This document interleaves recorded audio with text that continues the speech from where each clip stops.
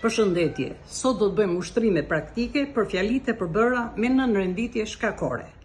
Nuk duhet të nisemi nga llojet e liezove për të përcaktuar funksionet e pjesëve në fjali, por nga roli që bëjnë ato në fjali. Sipas llojit të liezove, ato mund të jenë shkakore, mund të jenë kohore, mund të jenë dhe filluese. Nga zëri kuptohej se kishte kaluar sa kaq zemërimi, është fjali filluese.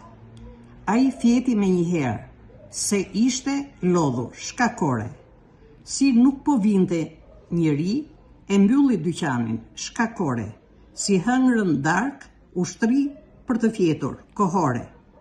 Nuk ndenji, pasi do të shkonte në punë, shkakore.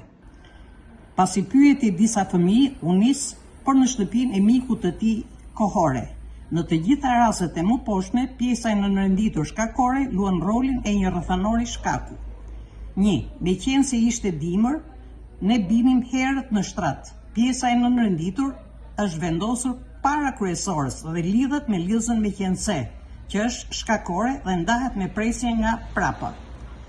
2. Ne bimim herët në shtrat, meqense ishte dimër. Pjesa e nënrenditur është vendosur pas kryesorës dhe lidhet me liezën meqense, që është shkakore dhe ndahet me presje nga përpara. 3. Ne, meqense ishte dimër, bimim herët në shtrat. Pjesa e nënrenditur është vendosur në mes pjesës kryesore, ndahet me presje nga para dhe pas, lidhet me liezën meqense, që është shkakore.